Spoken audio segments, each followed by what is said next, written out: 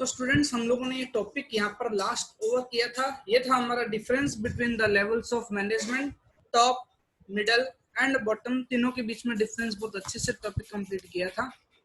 Now the functions of management, ये आप लोग की बुक के अंदर, गुजरात बोर्ड की टेक्स्ट बुक के अंदर है फंक्शंस ऑफ मैनेजमेंट, जहाँ पे अलग अलग लोगों ने अपने अपने फंक्शन दिए हैं। यहाँ पे अलग अलग लोगों के इनके नाम हैं। स्टूडेंट, ये फंक्शंस ऑफ मैनेजमेंट इसके बारे में बताना इसलिए जरूरी है क्योंकि आपके एग्जाम के अंदर 1 मार्क के अंदर पूछ सकते हैं कि what are the various functions given by the Koontz और डोनल, या फिर हेनरी फेयोल, या फिर पीटर ड्रकर, या फिर लूथर गुलिक, या फिर जॉर्ज टेरी। इन लोगों ने अपने अपने कौन से फंक्शंस दिए उनके बारे में जानना जरूरी है। ओके स्टूडेंट, यहाँ पे सिर्फ नाम है, इनके बारे में, इन सब बंदों के बारे में एक्सप्लेनेशन कुछ नहीं है।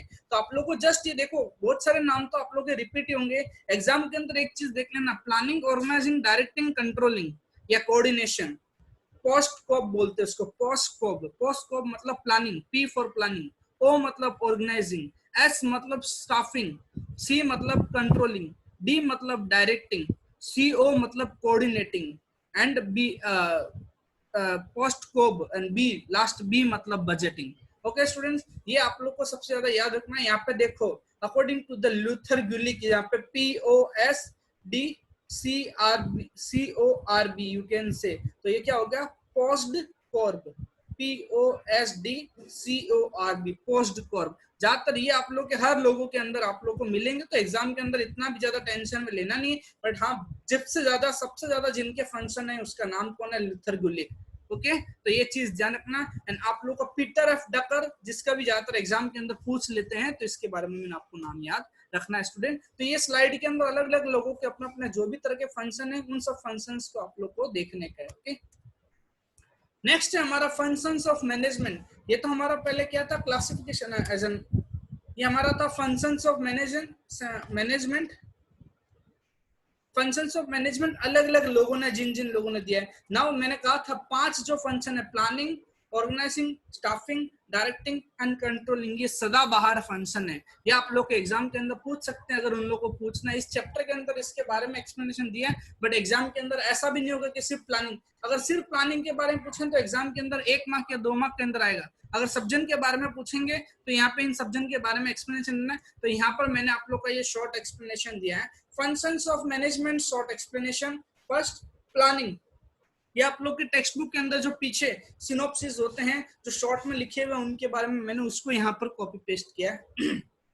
प्लानिंग, प्लानिंग मीन्स, मैं क्या बोल सकता हूँ, प्लानिंग कोई भी तरह की चीज के बारे में डिसाइड करना कि कौन क्या काम करेगा, कैसे करेगा, क्यों करेगा, किस लिए करेगा, किस तरह से करेगा, इन सब के बारे में पहले से डिसाइड करना, उसको बोलते हैं प्लानिंग। सो मैं बोल सकता हूँ, अगर मुझे डेफिनेशन बोलने जाए, planning means deciding in advance, पहले से डिसाइड करना, who is required to do what, how he will do, when he will do, where he will do and how he will do, सब तरह की चीज के बारे में डिसाइड करना, इसको बोलते हैं प्लानिंग। तो यहाँ पे आपका प्लानिंग का कुछ डेफिनेशन दिया है।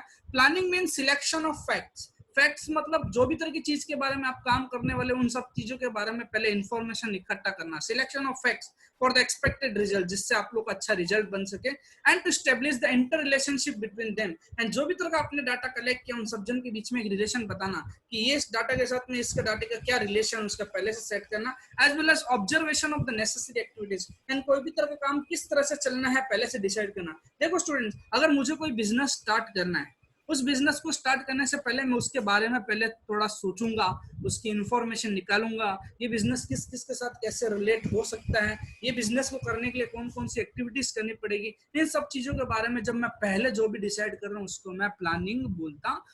तो do forecasting for the skill, और इस काम को करने के लिए किस किस तरह का नॉलेज चाहिए। जैसे मैं सोचता हूँ कि मुझे एक फूड ट्रक चालू करना है, तो फूड ट्रक के अंदर कौन कौन से तरह का मैं डिशेज बनाऊंगा, मंचूरियन या फिर जूस वूस बनाऊंगा, यहाँ पे किस तरह के लेवल ऑफ नॉलेज वाले बंदे चाहिए, सब तरह का काम एक दूसरे से कैसे लिंक है, ऐसे बंदे को मैं हायर करूंगा जिसको जूस भी बनाना आना हो और मंचूरियन सब कुछ बनाना आना।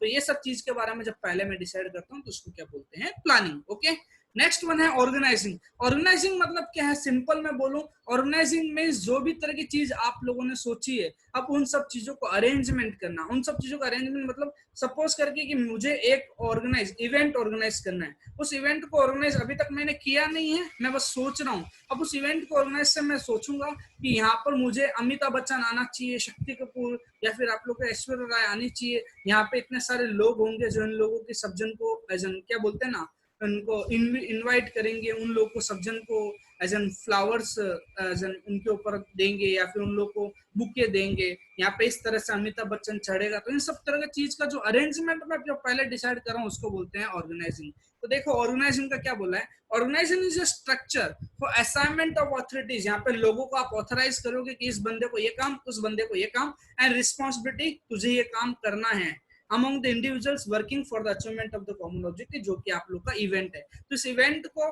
पूरा सक्सेसफुल करने के लिए आप लोगों ने किसी किसी बंदे को कुछ ना कुछ अथॉरिटी दी होगी, उनको रिस्पॉन्सिबिलिटी भी दी होगी काम कैसे करना है। तो इन सब तरह के स्ट्रक्चर, ये जो अरेंजमेंट है, इस पूरे को हम लोग क्या बोलते हैं, ऑर्गेनाइजिंग। नेक्स्ट है स्टाफिंग। नाउ आप लोगों ने सोच तो लिया कि इस तरह का काम कौन करेगा, यहाँ से इससे बंदा आएगा, उधर से वो बंदा आएगा। तो स्टाफिंग का काम क्या है, ये कौन कौन से बंदे आएंगे ना, उन लोग को सब जन को बिजनेस के अंदर हायर करना, उन सब लोग तरह के लोगों को बिजनेस के अंदर काम पर रखने का काम। तो staffing means making the right person at right place and at the right time. सही समय पे सही बंदा और सही काम के लिए जब चूज किया जाता है तो उसको हम लोग क्या बोलते हैं, स्टाफिंग। और इन लोगों को सिर्फ हायर ही नहीं करना है, आप लोग को इन लोगों को मेंटेन भी करना है। मेंटेन मतलब जब जब उनकी कोई डिमांड आ रही है, उनकी डिमांड को फुलफिल करना, उन लोग को मोटिवेट करना, उन लोग को सेटिस्फाई करके रखना, ताकि वो आपके ऑर्गेनाइजेशन के अंदर बहुत टाइम तक टिके रहे। तो purpose of staffing is to get, maintain and develop satisfactory manpower. Manpower मतलब आप लोग के एम्प्लॉयज हो, जो आप लोग जिनको हायर करने वाले हो। Directing, directing means to guide and supervisor. ये काम डायरेक्टिंग जो मेन है आप लोग का इम्प्लीमेंटेशन फेज है।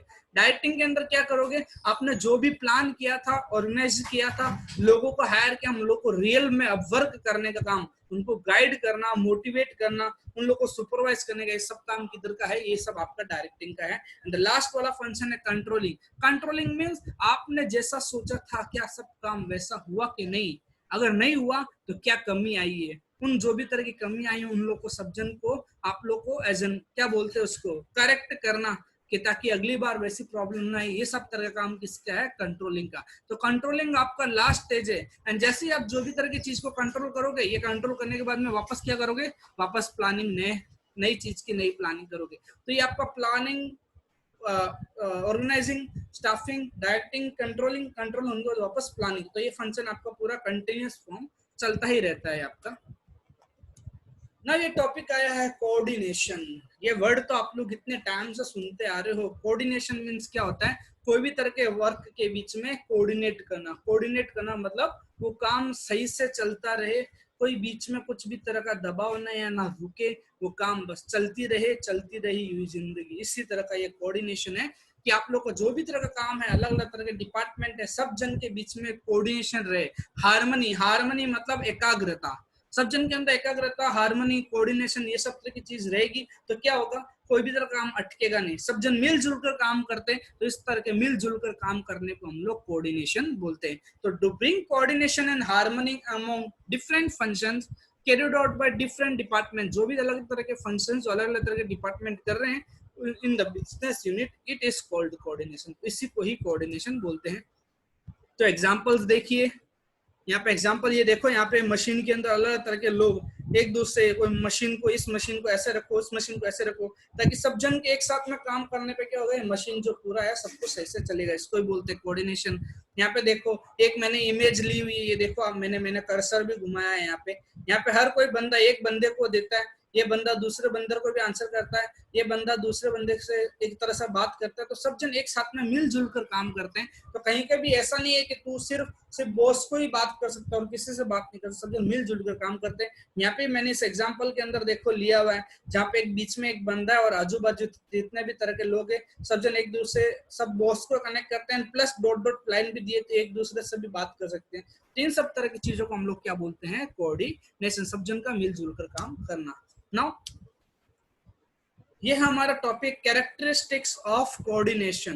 कोऑर्डिनेशन के क्या कैरेक्टरिस्टिक्स हो सकते हैं, उसके क्या फीचर्स होंगे। तो फर्स्ट है coordination is required for all the activities right from planning to controlling. Yes, coordination कोई भी तरह का वर्क हो, सब जगह पे कोऑर्डिनेशन का होना बहुत ही ज्यादा जरूरी है, बहुत ही ज्यादा जरूरी है। मतलब क्यों? अगर कोऑर्डिनेशन नहीं होगा तो आपका काम बीच में ही अटक जाएगा।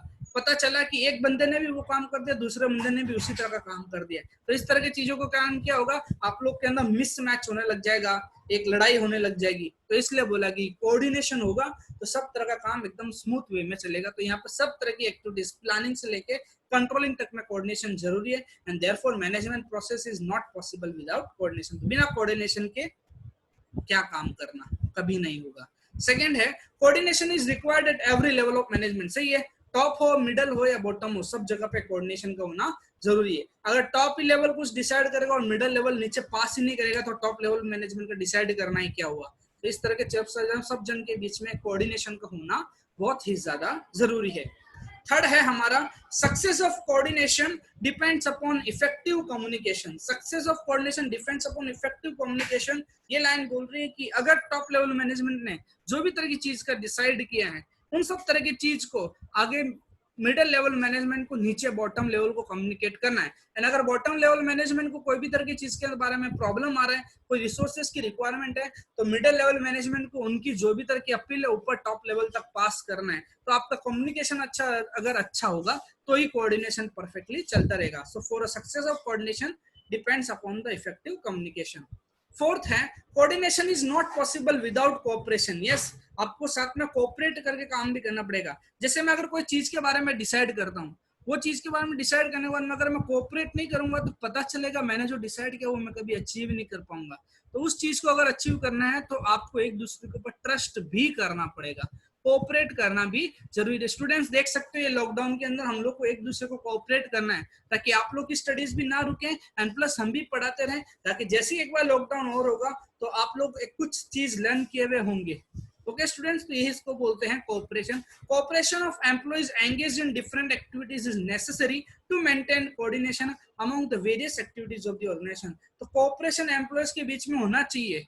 अगर कोऑपरेशन होगा तो कोऑर्डिनेशन सही से होगा, अलग अलग तरह की एक्टिविटीज जो ऑर्गेनाइजेशन के अंदर हो रही है। Okay, and the fifth feature is optimum utilization of business resource is possible due to coordination।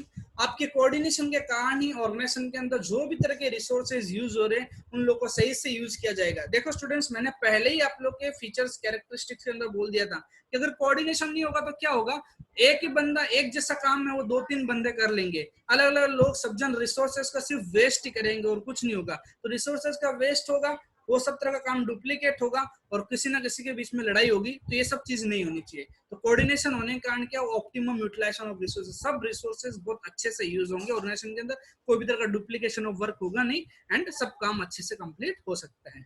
And sixth feature or characteristics of coordination, coordination is a part of every activity of the management. Therefore coordination is considered the soul of the management। soul of the मतलब आत्मा।